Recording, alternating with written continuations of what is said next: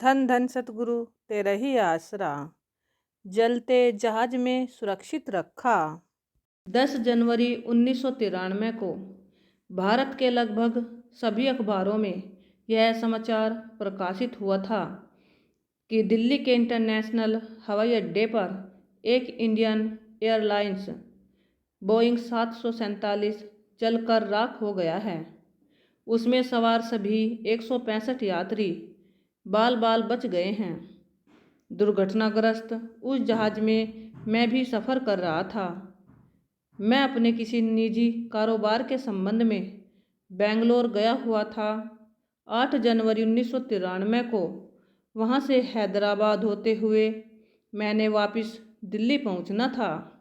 दिल्ली में मैंने कोठी बना रखी है, जिसमें मेरा लड़का अमरजीत सिंह अपने परिवार समेत रहता है। जहाज को हैदराबाद से रात को 8:30 बजे के लगभग चलना था। किसी कारणवश उसे वहाँ से 5 घंटे 40 मिनट लेट रात्रि को 2:10 पर चलाया गया। सुबह 4:10 पर नियमानुसार हवाई जहाज में बोल दिया गया कि दिल्ली का हवाई अड्डा आ गया है, सभी अपनी सेफ्टी बेल्ट बांध लें। कुछ ही क्षणों में जब वह हवाई जहाज अपनी हवाई पटरी पर उतर रहा था तो अचानक एक ज़बरदस्त धमाके की आवाज़ के साथ 3 पलटे खाता हुआ वह 3 अलग अलग टुकड़ों में टूट गया। उसमें एकदम आग लग गई। देखते ही देखते सारे का सारा जहाज उस तेज आग की लपेट में आ गया। आग जहाज के अंदर बहुत तेज़ी से फैलने लगी। यह देखकर जहाज में सवार सभी यात्रियों की दर्दनाक चीखों से वहाँ का सारा वातावरण ही भयावह बना हुआ था। जहाज में सवार सारे के सारे 165 यात्रियों को अपनी अपनी जान की बनी हुई थी। आग की तेज लपटें जहाज के अंदर प्रलय का रूप धारण कर उन्हीं की तरफ बढ़ रही थी। मैं भी उस भयानक दृश्य को देखकर बहुत डर गया। सभी मुसाफिर तो ज़ोर ज़ोर से चिल्ला रहे थे।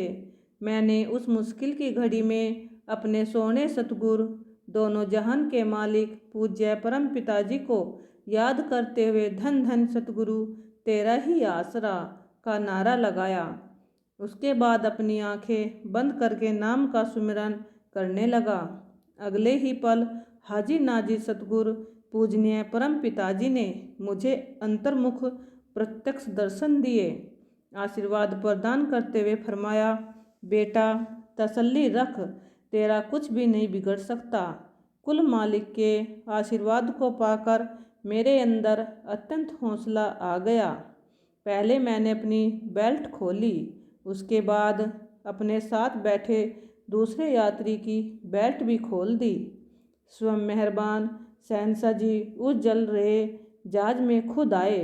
मुझे एक दरवाजे की तरफ इशारा करते हुए हुक्म फरमाया, भाई इस रास्ते से बाहर निकल जा। मैं तुरंत उसी रास्ते के द्वारा बाहर निकल गया। मुझे देखकर बाकी के सभी यात्री भी उसी गेट से बाहर निकल गए। ऐसे मालूम होता था कि जैसे सच्चे पातशाह दयालु दातार जी उन सबको एक एक करके उस जलते हुए जहाज में से बाहर निकाल रहे हैं। सर्वसामर्थ सतगुरु जी की कृपा से सभी के सभी 165 मुसाफिर उस जलते हुए जहाज में से बिल्कुल सही सलामत बाहर निकल आए। उस हड़बड़ी के दौरान अधिकतर यात्रियों के कुछ चोटें भी आ गई थी। कुल मिलाकर सभी यात्री कुशल पूर्वक थे। मेरे सिर पर तो वालिदो जहान पूज्य परम पिताजी का मेहर भरा हाथ था। मेरा क्या बिगड़ सकता था। मालिक सतगुरु की कृपा से मुझे एक खरोंच तक भी नहीं आई थी। उस जहाज में सवार सभी यात्री तो बेशक सुरक्षित बाहर आ गए थे।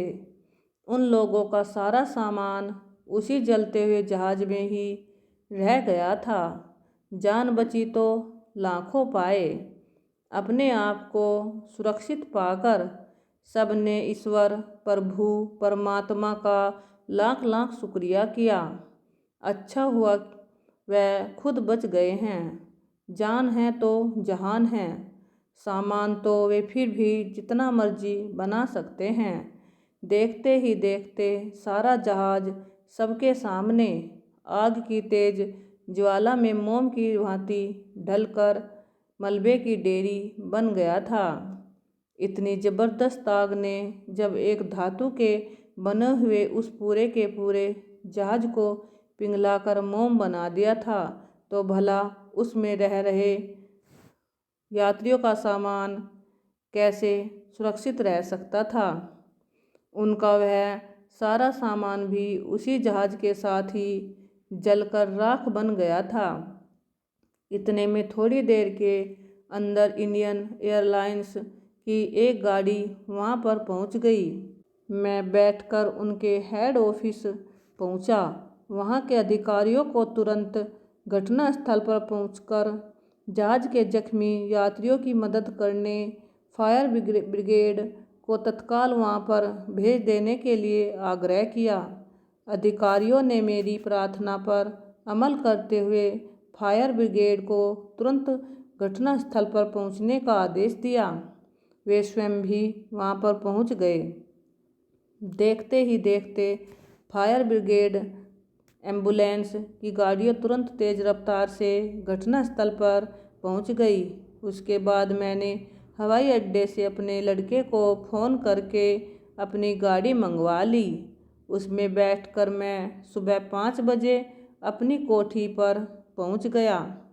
घर पहुँचने के बाद मैंने अपने सतगुरु प्यारे पूज्य पिताजी का लाख लाख शुक्राना किया। सच्चे पातशाह जी ने आप ही मेरी रक्षा की है।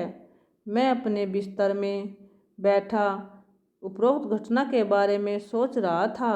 मैं शहंशाह वाली दो जहान परम पिताजी का हर श्वास में बार बार उनके उस महान उपकार के लिए धन्यवाद कर रहा था। सच्चे पातशाह जी ने ही आज मुझे व मेरे अन्य 164 सह यात्रियों को मौत के मुंह से सुरक्षित बाहर निकाला है।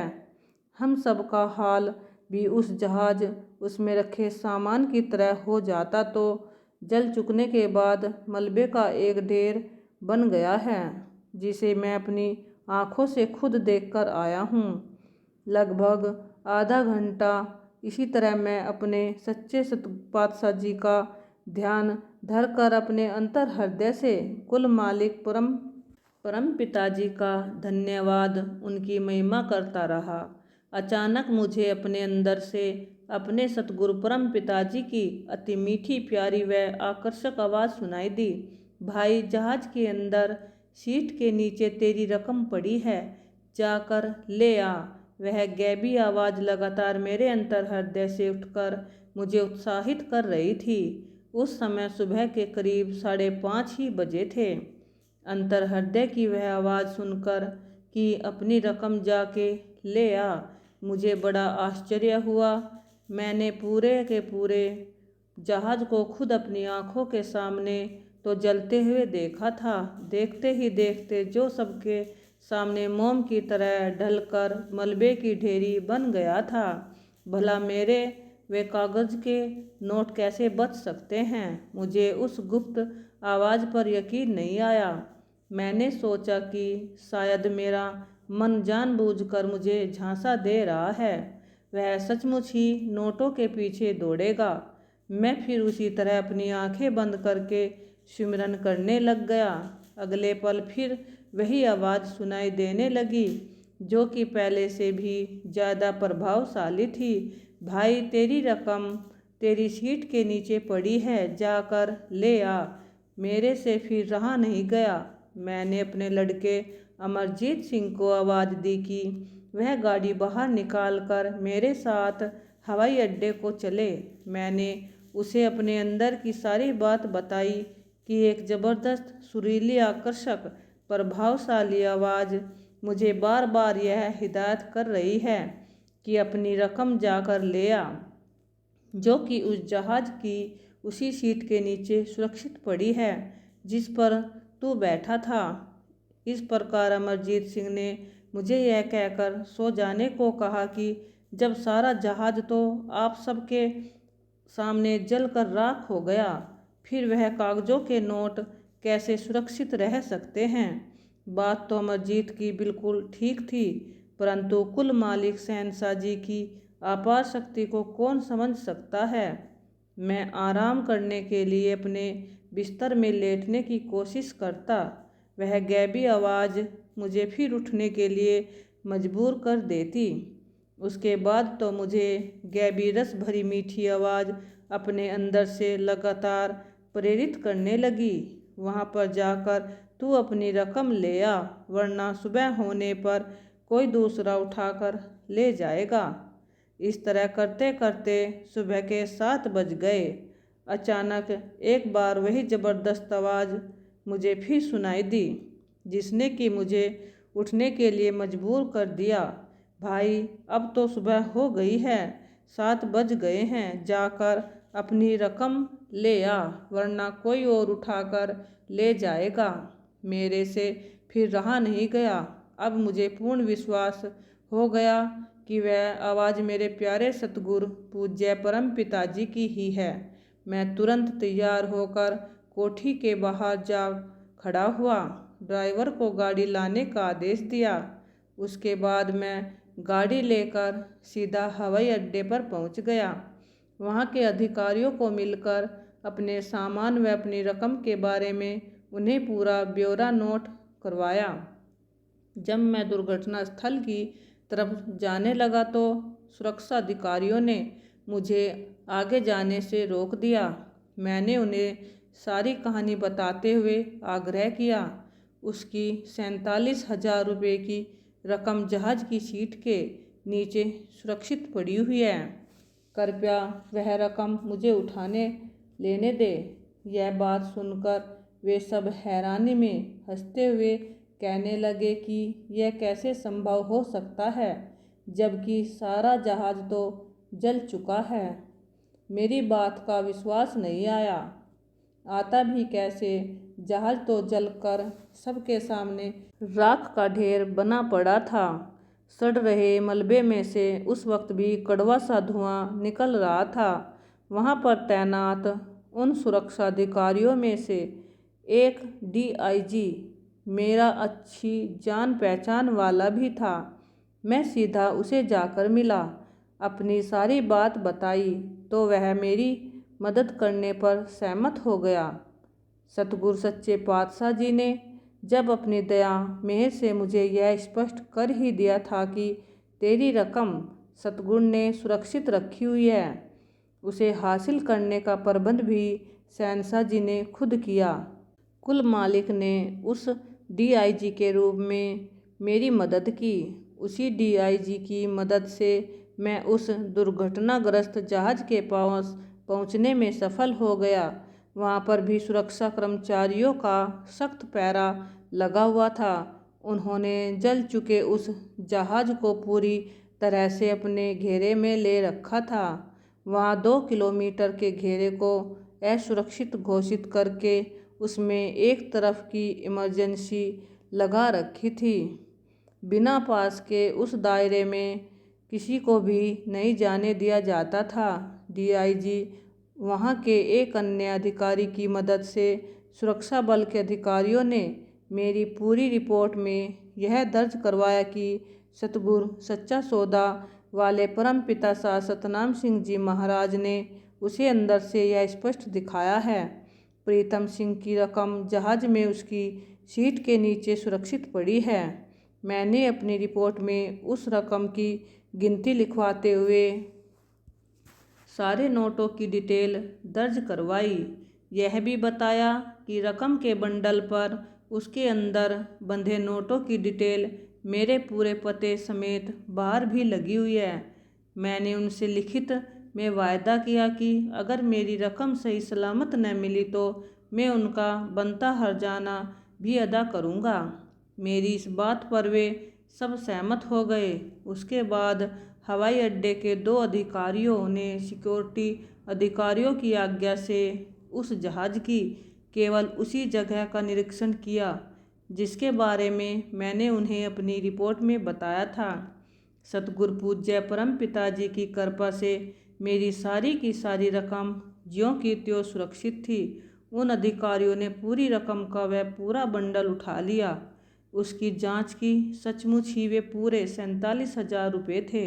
उस पर मेरा पूरा पता, नोटों की डिटेल भी ज्यों की त्यों लगी हुई थी। उन कर्मचारियों ने वह सारी रकम मेरे हवाले कर दी। उसके बाद मेरी एक अन्य प्रार्थना पर वे एक बार फिर उसी जगह पर देखने गए। वहाँ से चाबी समेत एक छल्ला उठा लाए। वह भी उसी सीट के नीचे पड़ा था। उस छल्ले व चाबी के बारे में मैंने बताया कि एक बार जब मैं अपनी नई कार को पूज्य परम पिताजी की पावन दृष्टि डलवाने के लिए दरबार में ले गया था, तो परम पिताजी ने उस गाड़ी में स्वयं विराजमान होकर उसे पवित्र किया था। उस छल्ले वाली चाबी को अपने पवित्र हाथों के स्पर्श से 1-2 बार घुमाया भी था। यह दोनों वस्तुएं भी ज्यों की त्यों सुरक्षित है। उस छल्ले में एक चाबी भी थी जो कि उस जबरदस्त आग की ज्वाला में पिघलकर झड़ गई थी। हाथ कंगन को आरसी क्या, इस कथन के अनुसार सब कुछ ज्यों का त्यों सभी के सामने था। मालिक सच्चे पातशाह जी के उस अत्यंत निराले खेल को देखकर वहां अड्डे के सभी कर्मचारी व सिक्योरिटी अफसर आश्चर्यचकित थे। वे बार बार इस बात को दोहराते रहे कि यह कैसे हो सकता है। वह सब कुछ ज्यों का त्यों हो चुका था। सर्व सामर्थ सतगुरु परमपिता शाह सतनाम सिंह जी महाराज ने वह सब कुछ स्वयं करके दिखा दिया था। पूरे 47,000 रुपये की रकम, वह छल्ला व चाबी बिल्कुल सुरक्षित हालत में वहाँ के अधिकारियों ने स्वयं मेरे हवाले कर दिए थे। आश्चर्यजनक बात और क्या हो सकती है, वह कुल मालिक की रहमत का ही एक करिश्मा था। यह बात जंगल की आग की तरह सारे हवाई अड्डे में फैल गई। इस अति आश्चर्यजनक घटना को सुनते ही Doordarshan, All India Radio, BBC, world services, American news services, अन्य भी कई महत्वपूर्ण समाचार पत्रों के संपादक व संवाददाता तुरंत घटनास्थल पर पहुंच गए। मैं उस DIG व हवाई अड्डे के उच्च अधिकारियों के साथ तब तक वहीं पर खड़ा था।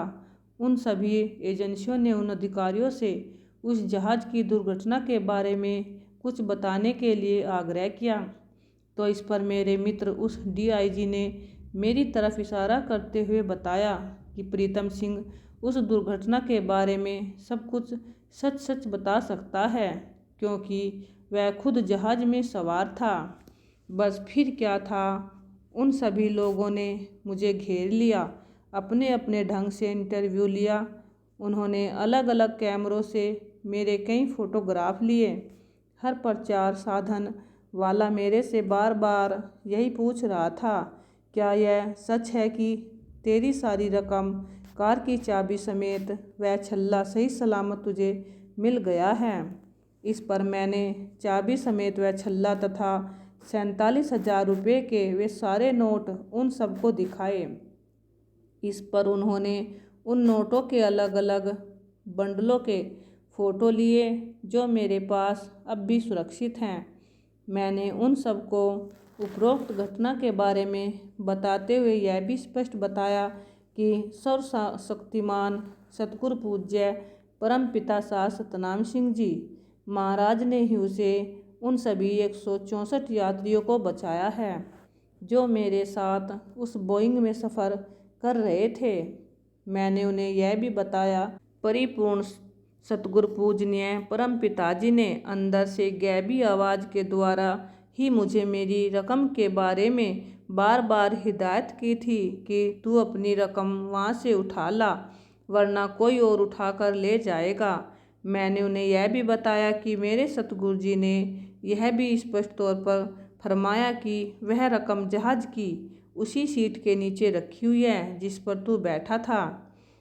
अब आप अंदाज़ा लगाएं, जब सारा जहाज़ व उसका सारा सामान सब कुछ प्रचंड अग्नि की भेंट चढ़ गया, तो वे कागज़ों के नोट कैसे सुरक्षित रहे। यह मेरे प्यारे सतगुरु कुल मालिक परम पिता परमेश्वर की कृपा का ही करिश्मा है।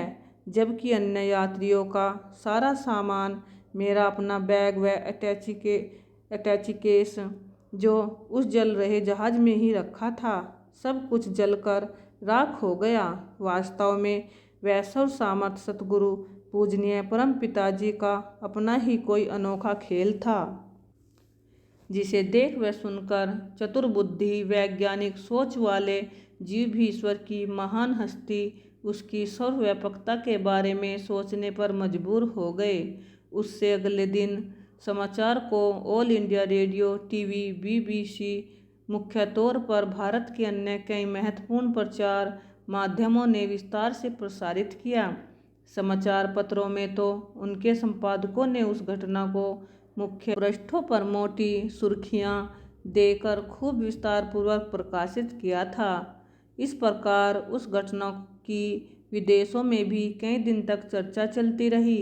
समाचार पत्रों ने मेरे साक्षात्कार के आधार पर उस समाचार को इस ढंग से लिखकर विस्तृत रूप से प्रकाशित किया था। सतगुरु जी ने अपने शिष्य प्रीतम सिंह की रक्षा की। यह समाचार मेरे साक्षात्कार के आधार पर कई दिनों तक लगातार भिन्न भिन्न समाचार पत्रों की सुर्खियों का श्रृंगार बनता रहा। सतगुरु अपने शिष्य के सदा ही अंग संग रहता है। वह जीव की दोनों जहानों में पूरी संभाल व मदद करता है। इस लोक त्रिलोकी में और अगले जहान सतलोक सचखंड में भी सतगुरु जीव की हर तरह से मदद करता है। त्रिलोकी के अंदर जीव कहीं भी हो, जंगल, उजाड़, पहाड़, आकाश व पाताल, 7 समुद्र पार भी सतगुरु प्यारे प्रीतम का हाथ सदा अपने शिष्य के सिर पर रहता है, हर खतरे से उसे बचाता है। मेरी प्रत्यक्ष मिसाल सबके सामने है, जिससे स्पष्ट है कि वाली दो जहान सर्वव्यापक सतगुरु पूज्य परम पिता सा सतनाम सिंह जी महाराज ने ही मेरी व मेरी अमानत धन राशि की रक्षा की। मुझे विश्वास भी दिलवाया कि वह बिल्कुल भी न घबराए। तेरा सतगुरु कुल मालिक तेरे अंग संग है। मेरा वह इंटरव्यू अखबारों, अन्य प्रचार माध्यमों के द्वारा पढ़ सुन, टीवी पर देखकर मुझे अनेकों स्थानों से बहुत से लोगों के टेलीफोन भी प्राप्त हुए। कुल मालिक की महिमा का अंदाजा लगाया ही नहीं जा सकता। सतगुरु की महिमा अकथनीय है। न तो कलम की ताकत है वह उसकी ईश्वरीय शक्ति के बारे में कुछ लिख सके, न ही जुबान उसके गुणों का बखान कर सकती है। जिस जीव को अपने सतगुरु पर पूर्ण भरोसा है, तो सतगुरु भी उससे कुछ छुपा कर नहीं रखता। वही विश्वासी जीव ही कुल मालिक के ऐसे करिश्मों, अद्भुत रूहानी खेलों को देखता व दिखाता है, समझाता है। धन धन सतगुरु तेरा ही आसरा।